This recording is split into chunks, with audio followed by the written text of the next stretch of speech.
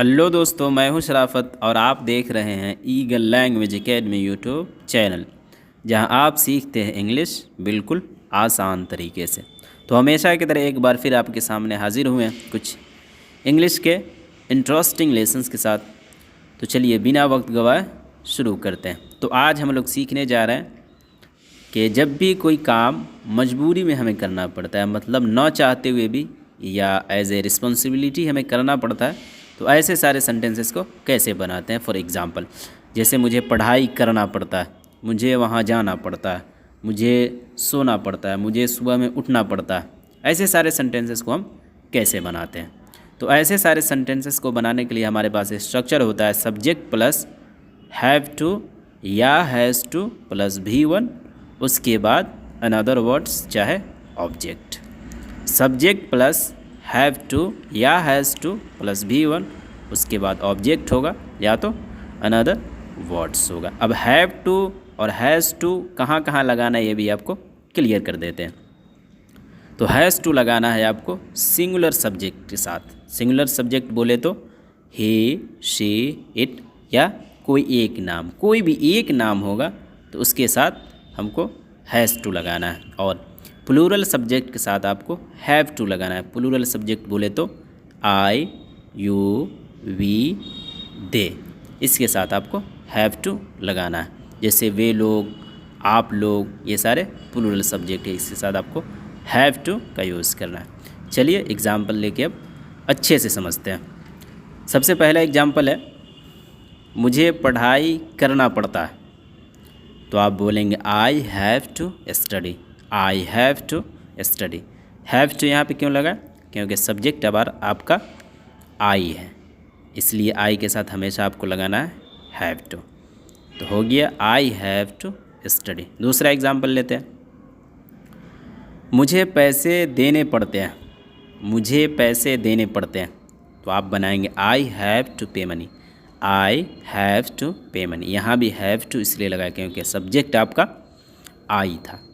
चलिए तीसरा एग्जाम्पल लेते हैं, इस स्कूल के सभी छात्र को इंग्लिश सीखना पड़ता है। अब देखिए यहाँ पे सब्जेक्ट थोड़ा आपको कन्फ्यूज़न लगेगा, लेकिन कन्फ्यूज़ नहीं होना है। इस स्कूल के सभी छात्र को, सभी स्टूडेंट को, मतलब इस स्कूल के सभी स्टूडेंट को, मतलब स्टूडेंट अकेला नहीं है, एक से ज़्यादा है, यानी कि आपका प्लूरल सब्जेक्ट है। तो प्लूरल सब्जेक्ट के साथ आपको क्या लगाना है? Have to. तो सेंटेंस देखिए, इस स्कूल के सभी स्टूडेंट को या छात्र को इंग्लिश सीखना पड़ता है, तो आप कैसे बनाएंगे? The student of this school have to learn English. The student of this school have to learn English. तो ये थे हमारे अफर्मेटिव सेंटेंसेस। अब देखते हैं नेगेटिव सेंटेंसेस को कैसे बनाते हैं। तो नेगेटिव सेंटेंसेस को बनाने के लिए आपको क्या करना है? सब्जेक्ट के बाद या तो हैव या तो हैज़, उसके बाद ही आपको नॉट डाल देना। टू जहाँ पे है वहीं रहेगा। चलिए एग्जाम्पल के थ्रू समझते हैं। मुझे पढ़ाई नहीं करना पड़ता है, तो आप बोलेंगे I have not to study.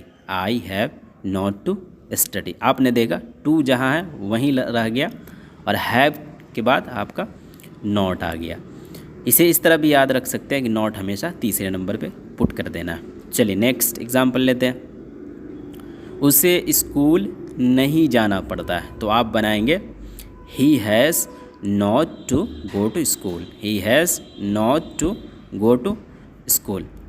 ही के साथ क्या लगाया आप? हैज़। क्यों? क्योंकि ये सिंगुलर सब्जेक्ट है। हैज़ के बाद क्या डाल दिए? नॉट। उसके बाद टू। टू जहाँ है वहीं रहेगा। आपको हैज़ या हैव के बाद नॉट डाल देना है या तीसरे नंबर पे नॉट डाल देना। चलिए एक और एग्जांपल लेते हैं नेगेटिव का। किसानों को अब धरना नहीं करना पड़ता है। किसानों को अब धरना नहीं करना पड़ता। किसानों क्या हुआ आपका? प्लूरल सब्जेक्ट हुआ। तो इसके साथ आपको क्या यूज़ करना है? Have to. तो चलिए ट्रांसलेट करते हैं। तो इसका हो जाएगा the farmer have not to protest nowadays. The farmer have not to protest nowadays. आपने देखा द फार्मर के बाद हैव आ गया, उसके बाद ही हमने नोट को पुट कर दिया और टू जहाँ है वहीं रह गया। तो हो जाएगा the farmer have not to protest nowadays. तो नेगेटिव भी देख लिए। अब देखते हैं इंट्रोगेटिव, मतलब जिसमें सवाल पूछा जाता है, नेगेटिव जिसमें नॉट का यूज़ होता है।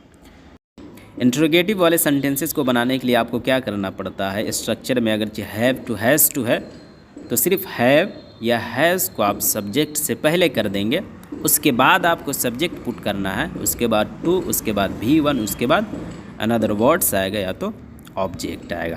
तो चलिए एग्जाम्पल के थ्रू समझते हैं। क्या उसको मार्केट जाना पड़ता है, तो क्या हो जाएगा, has he to go to market, has he to go to market.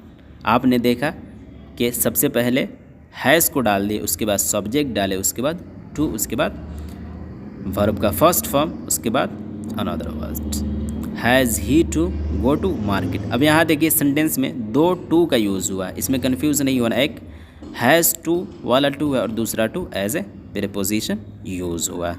चलिए एक और एग्जांपल लेते हैं। क्या तुम्हें इंग्लिश सीखना पड़ता है, तो आप बनाएंगे have you to learn English, have you to learn English. Have क्यों यूज़ हुआ, क्योंकि सब्जेक्ट आपका यू था। एक और एग्जांपल ले लेते हैं। क्या उन लोगों को रोज़ आना पड़ता है, तो आप बनाएंगे have they to come every day, have they to come every day.